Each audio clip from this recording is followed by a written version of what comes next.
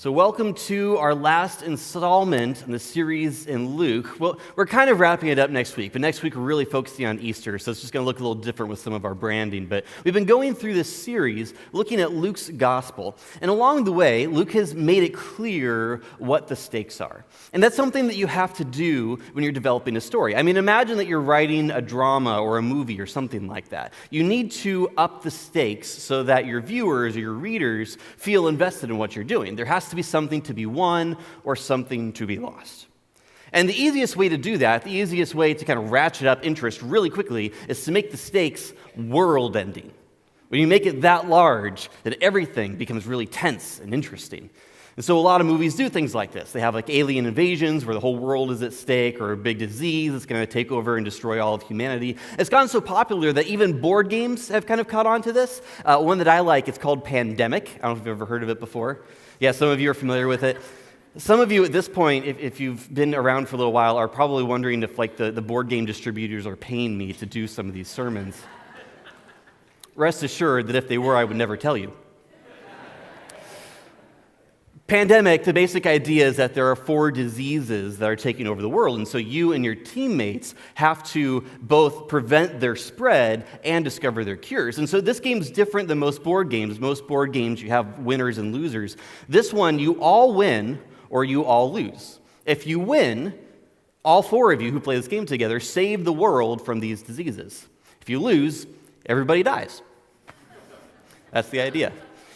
I even have a fun version of this I've been playing with Kristen and some of her family where there's this legacy version, so you play over like 20 different installments, and what you do in one game impacts the next one. Right now there's like a zombie invasion in Asia, and we're not sure how to stop it, but that's our issue, not yours. One of the things that's really interesting about this board game is you kind of see it in the screen, but it's really small up here. The tagline for Pandemic, it says, "Pandemic, can you save humanity?" Because that's what's at stake, right? And I think the question that I want us to wrestle with this morning is very similar to that, but I'm just going to put a little spin on it, and it's this. Can humanity save itself? Can humanity save itself? I typed this into Google to see what came up, and there's actually a bunch of really interesting articles that come up really fast when you type this into Google. But the third hit was someone who's kind of going over Stephen Hawking's answer to this. We lost Stephen Hawking about a week and a half ago. He was a brilliant astrophysicist who understands things about the world I never will. But he kind of approached this topic, can humanity save itself?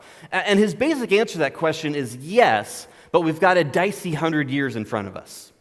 See, his issue is this. There's a lot of really big world-ending kinds of things out there that if we don't address will really spell the end of humanity. Things like nuclear weapons, or drug-resistant antibiotics, or artificial intelligence that decides it's more intelligent than humans. All of these things keep astrophysicists up at night, I guess. And so for Stephen Hawking, his concern is this. He's like, these things will eventually get us. There's no way we can avoid that. But we're really only in trouble for the next 100 years because Stephen Hawking believes that in the next 100 years, humanity is going to figure out how to colonize planets across the universe. And so if we can succeed in that, and then there's some nuclear holocaust on Earth, we're in other places in the galaxy, it's fine. So that's his goal. His goal is to get humanity through the next 100 years so that we're okay when the inevitable occurs. But by finding those technological advancements, by essentially pursuing the stars, humanity really can save itself and its future from all these impending threats. Now, when Luke wrote the gospel, he wasn't really thinking about nuclear bombs or drug-resistant antibiotics. That wasn't on his radar. But he was telling us about the person of Jesus and the things that Jesus was concerned about. And Jesus had a question like this in mind and was trying to communicate to his disciples, to his listeners, that there's a very clear answer to this question. And so, if you have your Bibles, go ahead and turn to Luke chapter 22. That's where we're going to be today. We actually have a good amount of ground to cover because we're going to look at a bunch of events just after the Last Supper. Last week, Heidi took us through the Last Supper. And we heard a lot of what would be Jesus' sort of last words to his disciples right before things were going to get really intense, leading to the cross. And so we're actually going to review just the last part of that, the last part of what we call the Last Supper. It's sort of the last words Jesus says to his disciples and what he was trying to get them ready for because things were going to get pretty crazy. So this is what happens in verse 35. Chapter 22, verse 35. Then Jesus asked them, "When I sent you without purse, bag, or sandals, did you lack anything?" Nothing, they answered. Now, this is actually a direct reference to an event we've already covered. And so if you were here when we did this topic back even in the fall, we covered some of these episodes where Jesus prepped his disciples for some pretty incredible things. One of the more amazing events, one of the things the disciples were never going to forget, is when he sent them on their way to all the villages that Jesus himself was going to go. And when the disciples went to these places, they were told not to bring anything with them. They're supposed to depend on the hospitality of the people they met and depend on God for their provisions. And they did this, and God not only provided for them, but they saw incredible spiritual victories that just rocked their world. And Jesus, he's hearkening back to this when he asks them, when I sent you out with nothing, did you lack? And they said, no, we were good. But things are a little bit different now. Verse 36, Jesus said to them, but now, if you have a purse, take it, and also a bag. And if you don't have a sword, sell your cloak and buy one. It is written, and he was numbered with the transgressors. And I tell you that this must be fulfilled in me. Yes, what is written about me is reaching its fulfillment. And then the disciples follow suit, and they say this. The disciples said, see, Lord, here are 2 swords. That's enough, he replied. All right, this is actually a little bit comical when you understand what Jesus means when he says that's enough. So the disciples take him very literally when he says, sell your stuff and get 2 swords. They're like, well, it so happens that we already have 2 here. And so when Jesus is saying that's enough, it's not like 2 is enough to tango. It's another version of that word. It's like when someone tries to convince me that a pickle is actually good food to eat, I'll finally say, that's enough, you sound like a fool, right? That's what Jesus is doing right here. That's kind of how this language is. 2 isn't enough swords. That's not the point. The disciples are missing what Jesus is telling them right now. What he's telling them right now is that so far in their journey, the disciples have only paid the cost that they themselves were prepared to lay on the table. What I mean by that is this. The disciples, they left a lot behind. They reorganized their life to follow Jesus. But to this point, when Jesus faced oppression or persecution, it really was just directed at Jesus. And so the disciples, along for the ride, didn't like it when that happened, but it wasn't directly threatening them. That was all going to change. From this point on, if they were going to stand beside Jesus, if they were going to follow him, it was going to come at great personal cost. Adversity was right across the way. They weren't going to be able to just skirt by anymore. They had to be prepared for real, meaningful confrontation. And would they stand strong when that day came? And so, it's at the end of the Last Supper, after everything is done, that Jesus does what he has often done. And he takes the disciples to go pray. And he's going to go pray at the Mount of Olives. Sometimes when we refer to this particular scene that we're about to get to, we call it the Garden of Gethsemane. That was a spot in the Mount of Olives, and the other Gospels it uses that location. But here we've got the Mount of Olives. So here's what's going to happen. Verse 39, Jesus is going to take his disciples. Jesus went out as usual to the Mount of Olives, and his disciples followed him. On reaching the place, he said to them, pray that you will not fall into temptation. All right, so they're going to engage in prayer because Jesus knows that what's coming is going to be very difficult to deal with. And so the disciples have to get themselves ready now. So he tells them, pray now so that when adversity strikes, you will not fall into temptation. Now, Jesus himself is going to do this for the next few verses. Jesus is going to pray very fervently. In Luke's gospel, we see some of those signs, just how passionate this prayer was. There was an angel who was going to come and support Jesus in this time. His sweat was going to be like drops of blood. I mean, for Jesus, this was everything. This prayer was significant as he was preparing for the adversity that he was about to face. But when Jesus is done with this for himself, he goes back to the disciples, and they hadn't been doing the same thing. Verse 45, when he rose from prayer and went back to the disciples, he found them asleep, exhausted from sorrow. Why are you sleeping, he asked them. Get up and pray so that you will not fall into temptation. He says the same thing. This preparation is significant. Imploring for God's strength to get through this time of adversity is significant. If you're going to save humanity, you can't sleep through the preparations. Well, the disciples weren't going to get another opportunity to pray before adversity would strike. Because in verse 47, things begin to happen. While Jesus was still speaking, a crowd came up. And the man who was called Judas, one of the 12, was leading them. He approached Jesus to kiss him, but Jesus asked him, Judas, are you betraying the Son of Man with a kiss? When Jesus' followers saw what was going to happen, they said, Lord, should we strike with our swords? And one of them struck the servant of the high priest, cutting off his ear. In other Gospels, it will tell us that this was Peter, but, they had two swords. Why not use them? And so they did. In an act of self-defense, defending Jesus the only way they knew how, they struck. They used a sword and managed to get near.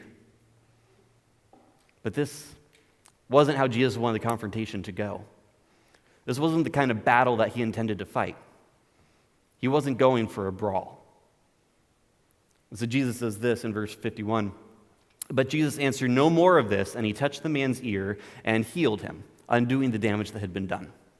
And the disciples just learned an important lesson, one that was going to actually scare them a lot. It was this. This confrontation that they were in could not be solved by violence. That was off the table. The disciples were not allowed to attack, which threw them for a bit of a loop because now they're kind of out of options.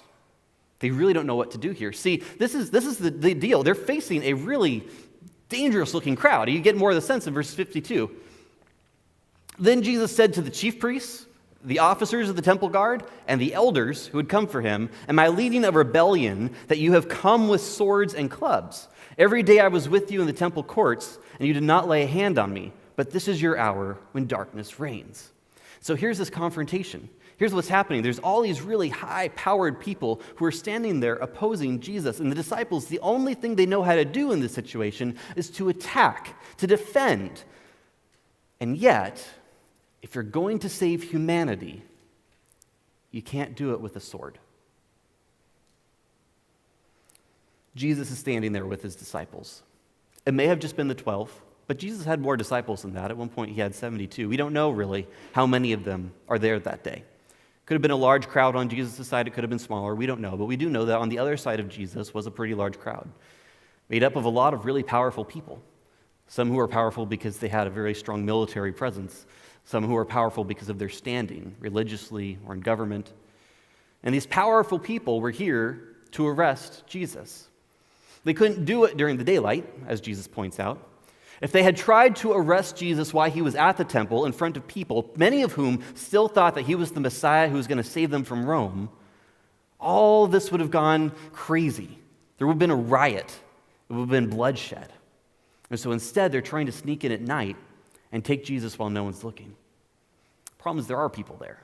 Jesus' disciples are still right there. So they're coming for Jesus, but there's all these people who seem very ready to defend him. But Jesus' disciples are stuck now because they have this issue. They want to defend Jesus, but they can't do it with swords. They don't really know what else to do. They're kind of stuck here. And so now they're in this really difficult position. If they're going to actually stand behind Jesus, it's going to come at a cost. See, the soldiers are watching because when Jesus is arrested, they're going to look at every one of the disciples.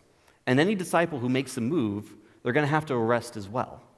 They're prepared for that. That's why they're coming with all these weapons. But the disciples are starting to pick up on this too.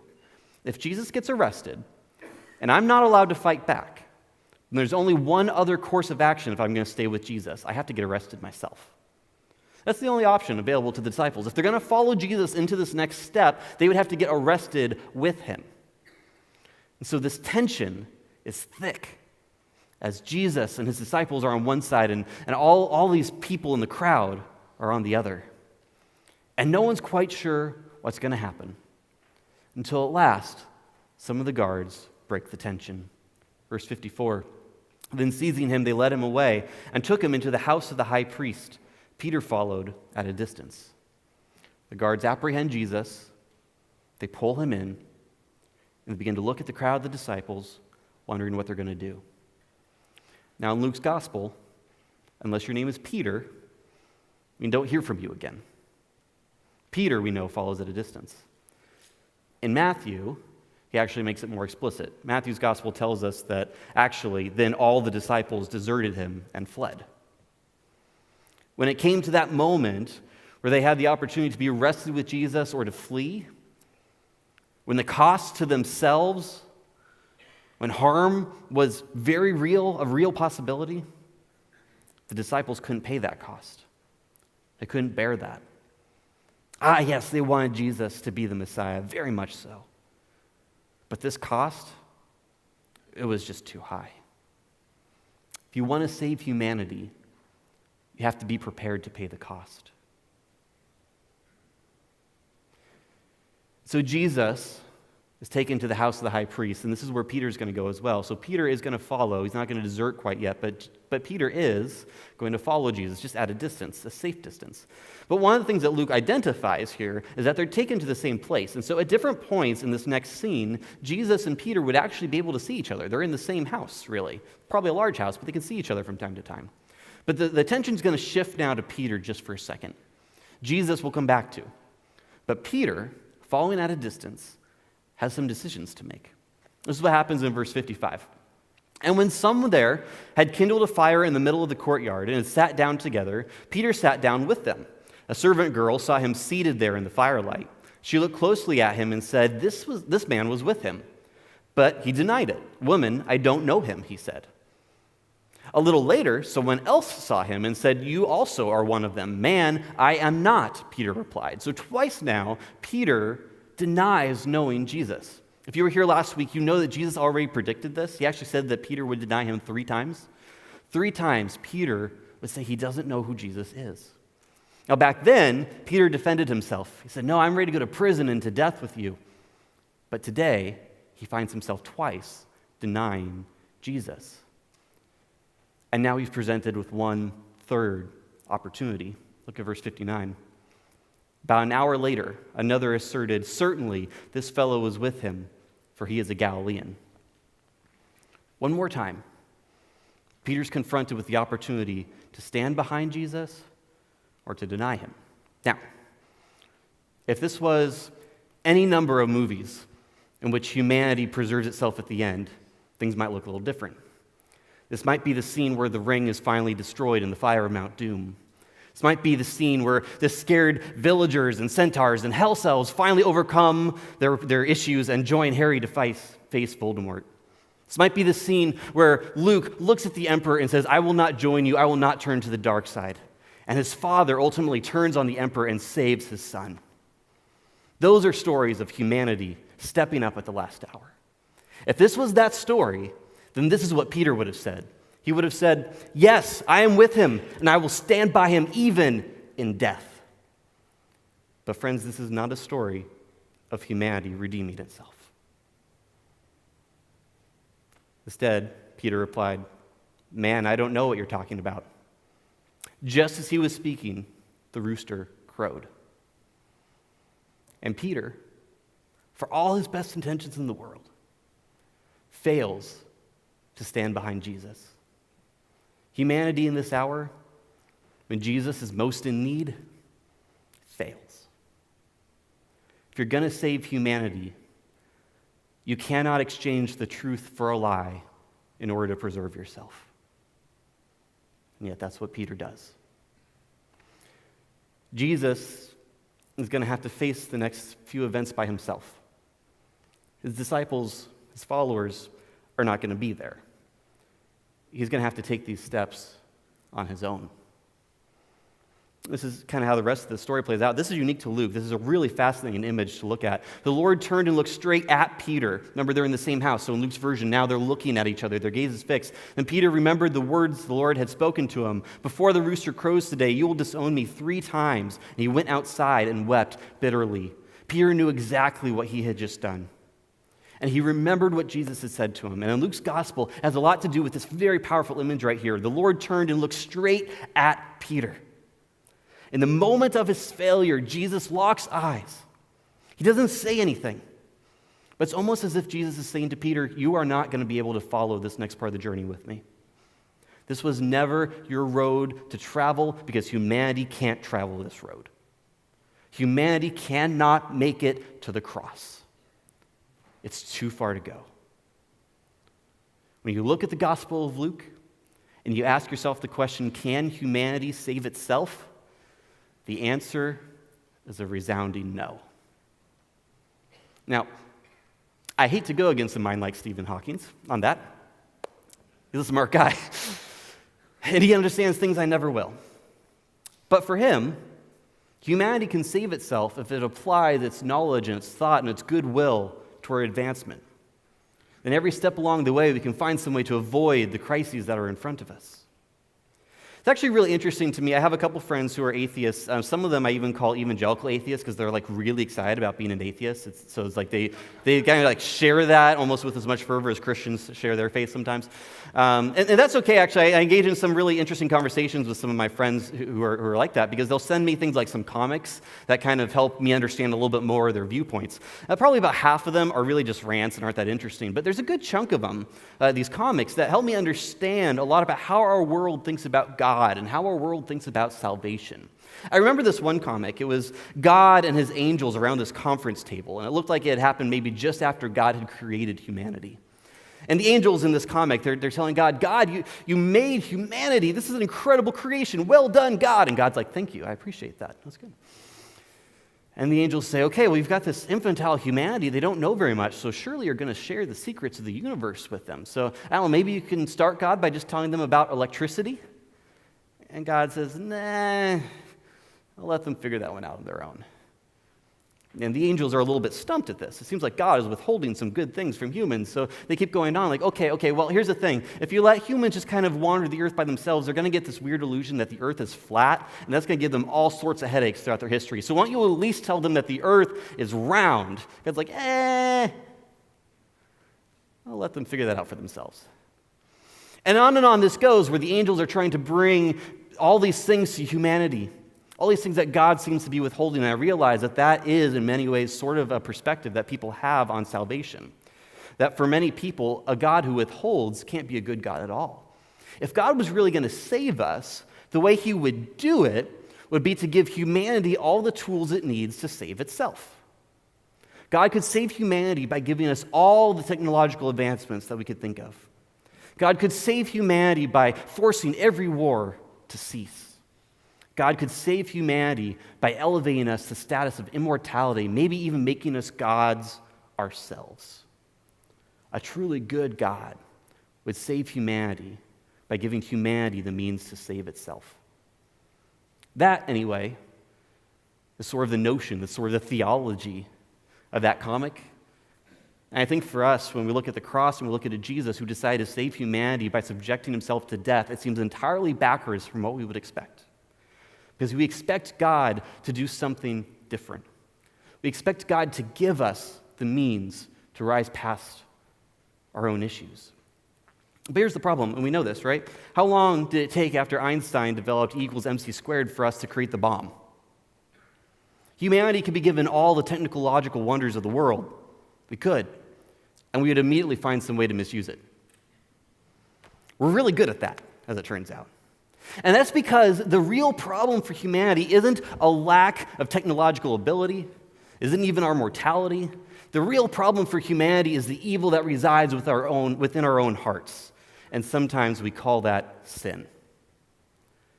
And that is what tears us apart from the inside out. And no amount of technological prowess, no amount of gifts can solve the condition of our heart.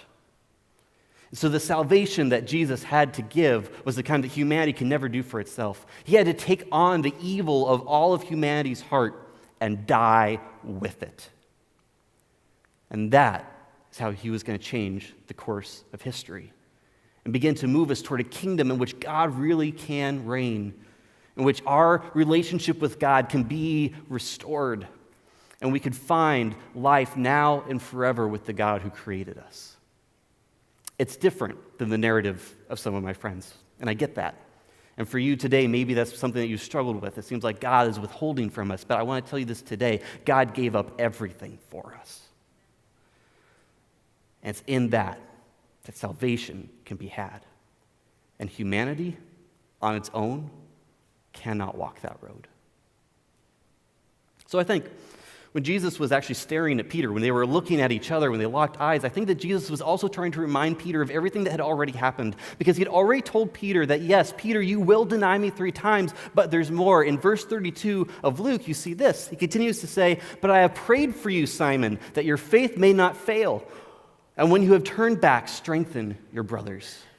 Simon Peter, you are going to deny me. Simon Peter, you cannot walk this road with me. Simon Peter would not be on that cross with Jesus. That wasn't his road. That wasn't something a human can do.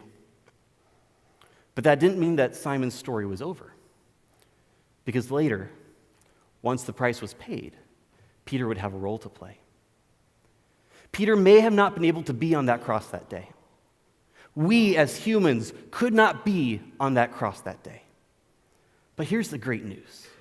The thing that keeps us going is that the cross, as amazing as that event was, as much as that allowed humanity to enter into salvation with God now and forever, the cross is not the end of the story.